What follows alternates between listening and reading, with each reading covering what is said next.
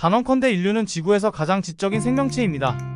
이 지적인 생명체는 수백만 년간 셀 수 없이 많은 발명들을 해왔는데요. 인간의 기억과 소통을 확장시킨 문자, 이동을 편리하게 해준 바퀴, 인간 존재 자체에 대한 개념을 바꾼 인쇄술, 이 위대한 발명품들과 어깨를 나란히 하는 인류 최고의 발명품이 있습니다.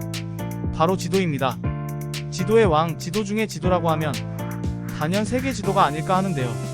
세계 지도를 보고 있노라면 때때로 모험심, 야망, 경외 등의 감정이 들기도 합니다. 이러한 특성 때문에 유명한 학자나 정치인들의 집무실에는 지구본 하나쯤 놓여있는 경우가 꽤 많습니다. 그런데 이런 세계 지도가 어떻게 생겼었는지 기억하고 계십니까?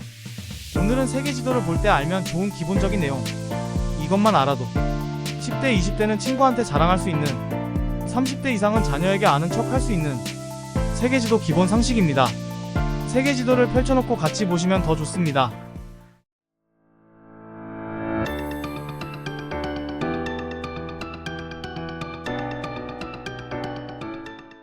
세계 지도를 보면 딱 보이는 줄, 거슬리기도 하지만 규칙적으로 그어져 있는 가로줄과 세로줄입니다. 세계 지도에서 가로줄은 위선, 세로줄은 경선입니다. 이러한 선들이 지구에 실제로 그려져 있는 것은 당연히 아니고요. 지구 각 지점의 위치를 정확하게 알기 위한 가상의 선입니다. 그런데 이 선 가지고 어떻게 위치를 나타낼까? 그것이 궁금합니다. 혹시 르네 데카르트를 아시나요? 프랑스의 수학자였던 데카르트는 어느 날 천장에 붙은 파리가 여기저기 옮겨다니는 모습을 보다가 위치를 나타내는 좌표를 발명하게 됩니다. 이런 좌표계 중 2차원의 좌표 평면에서는 X, Y로 위치를 나타내던 것 기억하시나요? 세계 지도에서도 위선과 경선이 위도와 경도로 표시되어 마치 함수 그래프에 X와 Y의 값이 있는 것처럼 위도 몇 도와 경도 몇 도와 같은 형식으로 특정 지점의 위치, 즉 좌표를 나타내는 것이라고 생각하시면 편합니다. 그런데 이 좌표를 단순히 위도 몇 도, 경도 몇 도라고 표현하지는 않습니다. 위도는 북위와 남위, 경도는 동경과 서경으로 나누는데요. 이 개념을 이해하기 위해서는 먼저 적도와 본초자우선의 개념을 알아야 합니다. 적도는 북극과 남극을 기준으로 지구를 딱 반으로 자른 선입니다. 보통 세계 지도에는 빨간 선 혹은 굵은 점선으로 표시되어 있습니다. 이 적도가 바로 위도 0도입니다. 그리고 적도를 기준으로 북반구는 북위 몇 도, 남반구는 남위 몇 도로 표시합니다. 그래서 우리가 잘 아는 38선, 이 38선의 정확한 명칭은 북위 38도선입니다. 반대로 남반구 호주의 시드니는 남위 33도라고 표현하면 되겠죠. 위도는 적도에서 멀어질수록 도수가 높아지고 가까워질수록 도수가 낮아집니다. 위도와 마찬가지로 경도도 반으로 나뉩니다. 기준은 본초자우선인데요. 자우선이라 함은 남극과 북극을 잇는 선을 말합니다. 하나뿐인 적도와 달리 자우선은 무한히 많습니다. 그래서 기준이 되는 하나의 자우선이 필요했는데요. 런던의 그리니치 천문대를 지나는 자우선을 기준으로 하여 이것을 본초자우선이라 이름 지었습니다. 그리고 이 본초자우선이 경도 0도입니다. 이 본초자우선을 기준으로 서쪽은 서경, 동쪽은 동경으로 표시합니다. 따라서 우리나라는 동경 124도에서 132도 사이에 위치합니다. 반대로 지난 영상 때 보았던 하와이는 서경 157도쯤에 위치합니다. 경도도 위도와 마찬가지로 본초자우선에서 멀어질수록 도수가 높아지고 가까워질수록 도수가 낮아집니다. 경도는 180도까지 있으며 그 선이 바로 본초자우선의 지구 반대편이 됩니다. 정리해볼까요? 서울시는 북위 37도, 동경 126도에 위치합니다. 브라질의 리우데자네이루는 남위 22도, 서경 43도에 위치합니다.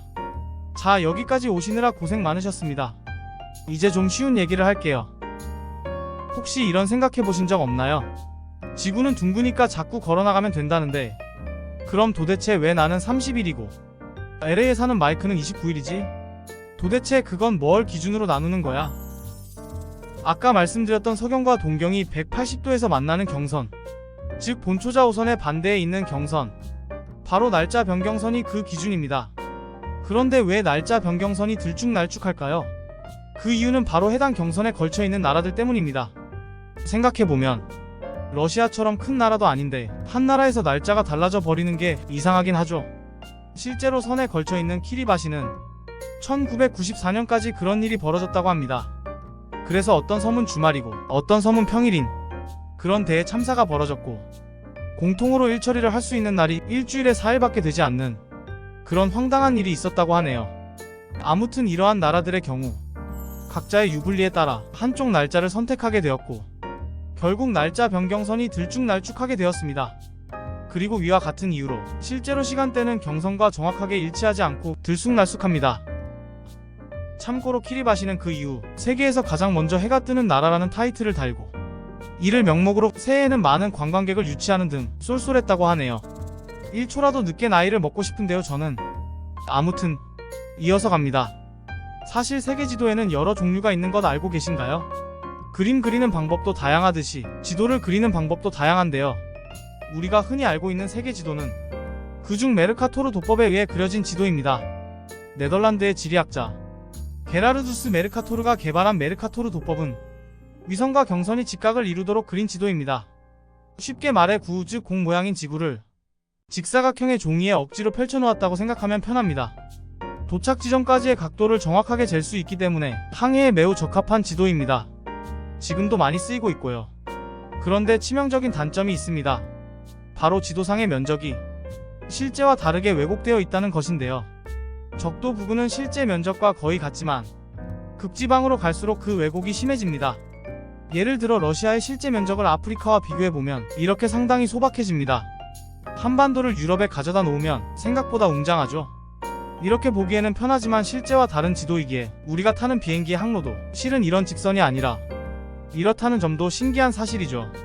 지도는 이렇게 때때로 우리의 인식 구조에도 영향을 미칩니다. 눈을 감고 세계 지도의 한 지점을 찍었을 때 그곳이 육지일 확률은 얼마나 될까요? 확률은 바로 30%입니다. 세계의 육지는 넓고도 넓은 것 같지만 사실 육지는 지구 표면의 30%밖에 차지하고 있지 않습니다. 나머지 70%는 바다입니다. 참고로 우리 몸도 물이 70%를 차지하고 있습니다. 우연의 일치겠지만 우리도 결국 자연의 일부라는 생각이 드네요. 넓디 넓은 바다를 뒤로하고 이번엔 육지의 모양을 보시죠. 천천히 보다 보면 신기하게도 퍼즐처럼 맞춰지는 땅들이 있습니다. 예를 들면 서아프리카와 남아메리카의 해안선이죠. 마치 하나의 땅이었다가 쪼개진 느낌 아닌가요? 이것은 1912년 독일의 기상학자 알프레드 베게너가 주장한 대륙이동설의 근거이기도 했습니다.